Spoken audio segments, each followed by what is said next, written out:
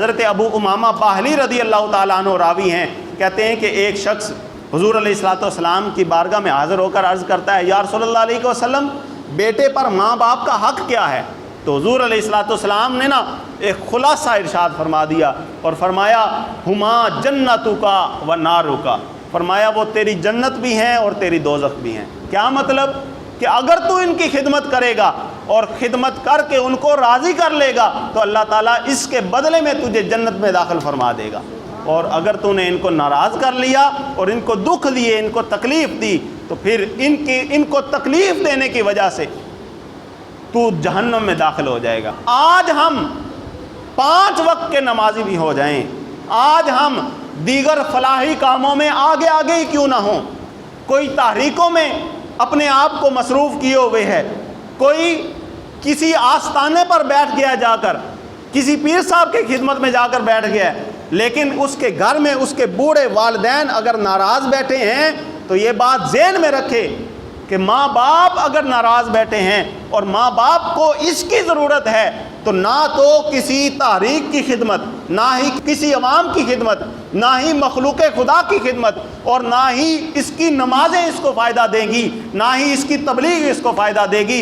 جب تک ماں باپ کی خدمت نہیں کر لے گا، جب تک ماں باپ کا حق ادا نہیں کر لے گا۔ ایک شخص حضور علیہ السلام کی خدمت میں حاضر ہوا، یا رسول اللہ علیہ وسلم مجھے جہاد کی اجازت دیجیے۔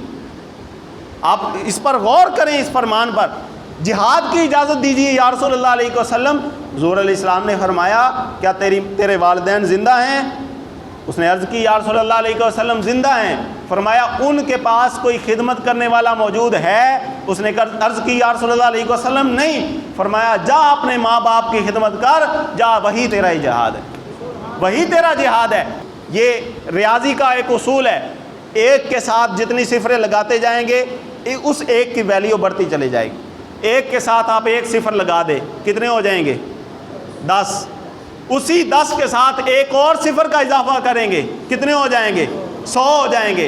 اسی 100 کے ساتھ ایک اور صفر کا اضافہ کریں گے، وہ 1000 ہو جائے گا۔ جتنی صفریں آپ ساتھ لگاتے جائیں گے وہ اس ایک کی ویلیو بڑھتی چلی جائے گی۔ لیکن ایمانداری سے بتائیں، اس ایک کو ہٹا دیا جائے، 7000 صفریں بھی لگا لیں، ان صفروں کی کوئی ویلیو نہیں ہے۔ بس سمجھانے کے لیے صرف اتنا کہنا چاہتا ہوں کہ والدین کی خدمت یہ ایک ہے، یہ ایک اکائی ہے۔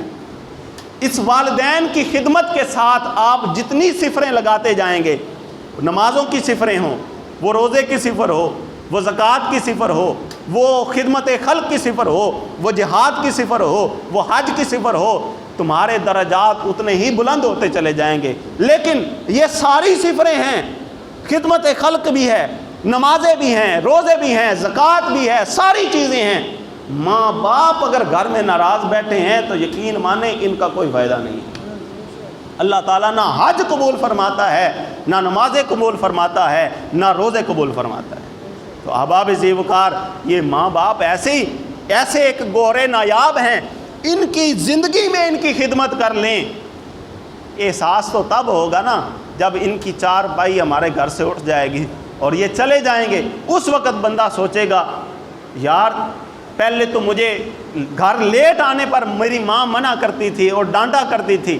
جب ماں گھر میں موجود نہیں ہوگی اور گھر بالکل سونا سونا ہوگا، یار وہ ماں جب سارے بہن بھی سو گئی، بھائی بھی سو گئے، باپ بھی سو گیا، ماں صرف اور صرف اس انتظار میں 2-2 3-3 بجے تک جاگ رہی ہے اور اس کی نظریں دروازے پر لگی ہیں کہ میرا بیٹا باہر گیا ہوا ہے اور اس نے رات کو آ جانا ہے۔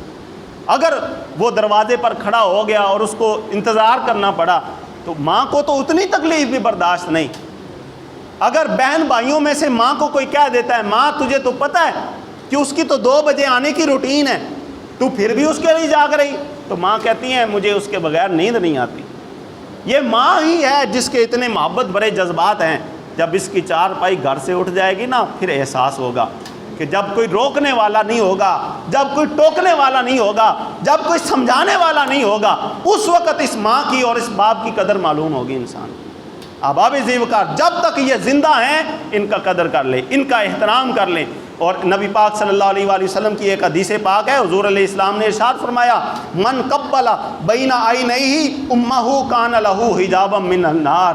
اب کتنی کریم ہستیاں ہیں، حضور فرماتے ہیں جس نے اپنی ماں کی زندگی میں اس کی آنکھوں کے درمیان یعنی اس کے ماتھے کا بوسہ لے لیا، یہی ماتھے کا بوسہ لینا اللہ تعالیٰ اس کو اس کے لیے جہنم سے پردہ بنا دے گا، یہ جہنم سے اس کے لیے پردہ بن جائے گا۔ اور یہ ماں باپ کی مہربانیاں اور شفقتیں صرف دنیا میں ہی محدود نہیں ہیں، بلکہ یہ ماں باپ قبروں میں بھی چلے جائیں گے نا تو پھر بھی یہ شفقتیں اور مہربانیاں اسی طرح جاری اور ساری رہیں گی۔ شعب الایمان کی ایک حدیث پاک ہے، حضور علیہ الصلوۃ والسلام ارشاد فرماتے ہیں من زار قبر والدیہ او احدہما کل یوم جمعۃ غفر لہ۔ حضور فرماتے ہیں کہ جس نے اپنے والدین کی یا دونوں میں سے کسی ایک کی ہر جمعے قبر کی زیارت کر لی، اللہ تعالیٰ اس زیارت کی برکت سے اس کے گناہوں کی معافی عطا فرما دے گا۔ اور صرف یہی تک بات مکمل نہیں ہوئی، فرمایا کتبہ عند اللہ برا۔ ایک وقت وہ تھا کہ جب یہ گناہ گاروں کی لسٹ میں شمار ہوتا تھا، بدبختوں کی لسٹ میں شمار ہوتا تھا، لیکن جب اس نے ماں باپ کی قبر کی زیارت کی روٹین بنا لی ہر جمعے کی، تو اللہ تعالیٰ فرشتوں کو حکم دیتا ہے کہ اے میرے فرشتوں اس بندے کا نام بدبختوں کی لسٹ سے نکال کر نیک بختوں کی لسٹ میں شامل کر دو۔ فرشتے عرض کرتے ہیں باری تعالیٰ اس نے کوئی ایسا کام کیا ہی نہیں، تو اللہ تعالیٰ فرماتا ہے تم دیکھ نہیں رہے کہ اس نے اپنے ماں باپ کی قبر کی زیارت کی روٹین بنا لی ہے، یہ اپنے ماں باپ کی محبت میں اپنے ماں باپ کی قبر کی ہر جمعے زیارت کرنے کے لیے جاتا تھا، میں نے اسی زیارت کی ہی وجہ سے اسی زیارت کے ہی صدقے سے اس کو بدبختوں سے نکال کر نیک بختوں میں شمار کر دیا ہے۔ آپ دیکھیں نا، ماں باپ قبر میں بھی چلے جائیں، تہے خاک بھی چلے جائیں، پھر بھی اپنے بچوں کے ساتھ اتنی محبت اور شفقت کرتے ہیں، اور ان کی وجہ سے بچوں پر اتنی مہربانیاں رب کی طرف سے ہوتی ہیں اور جہنمی جنتی ہو جاتے ہیں۔ ایک بات میں یہاں پر تربیت کے لیے ضرور عرض کروں گا، ماں باپ کو ضرورت ہو دوائی کی، میڈیسن کی، اور بیٹا ساری رات ماں باپ کے انتظار میں دودھ کا ایک گلاس لے کر کھڑا رہے اور کہے جی میں نے ماں باپ کی بڑی خدمت کی ہے، ماں باپ کو دوائی کی ضرورت ہے، تو یہ خدمت نہیں ہے۔ ماں باپ کو جس چیز کی زیادہ ضرورت ہے وہ ان تک پہنچائیں۔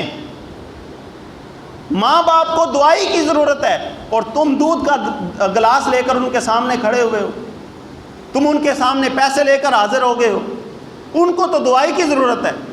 حضرت یوسف علیہ السلام کے باپ کو جب بینائی کی ضرورت تھی تو آپ مصر سے اور تحفے بھی تو بھیج سکتے تھے، فرمایا کیا فرمایا؟ فرمایا یہ میری قمیض لے جاؤ، میرے باپ کی آنکھوں پر لگا دینا، اللہ تعالیٰ بینائی عطا فرما دے گا۔ اور پھر جب ملاقات ہوئی تو باپ کو حوصلے کی ضرورت تھی، تو پھر باپ کا کس خوبصورت انداز سے استقبال کیا۔ آج ہوتا یہ ہے کہ جب ماں باپ اس دنیا سے چلے جاتے ہیں تو ہم ان کے لیے دیگیں بانٹتے پھرتے ہیں، ان کے لیے فروٹ وغیرہ کا اِیصال ثواب کے ذریعے اِیصال ثواب کے لیے ان کے لیے فروٹ وغیرہ کا اہتمام کرتے پھرتے ہیں، اور دنیا میں تو ان کو ایک پیناڈول کی گولی کی ضرورت تھی، وہ تو تم نے لا کر نہیں دی۔ جب وہ دنیا سے چلے گئے اب ان کے لیے دیگیں بانٹتے پھرتے ہو۔ دنیا میں جس فروٹ کی ان کو ضرورت تھی اب ان کے جانے کے بعد لوگوں کو کھلاتے پھرتے ہو۔ دنیا میں جس تعریف کی اور جس حسن اخلاق کی ان کو ضرورت تھی اب وہ اس دنیا سے چلے گئے ہیں، اور نعت خانوں سے کہتے پھرتے ہو ہمیں ماں کی شان سناؤ، ہمیں باپ کی شان سناؤ، خطیب سے کہتے پھرتے ہو باپ کی فضیلت کے حوالے سے چند ایک روایات بیان کر دے۔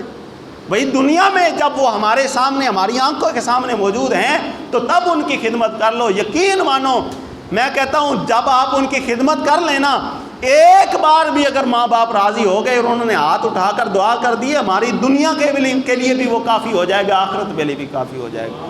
اللہ تعالیٰ کی بارگاہ میں دعا ہے کہ خالق کائنات ہم سب کو عمل کی توفیق عطا فرمائے۔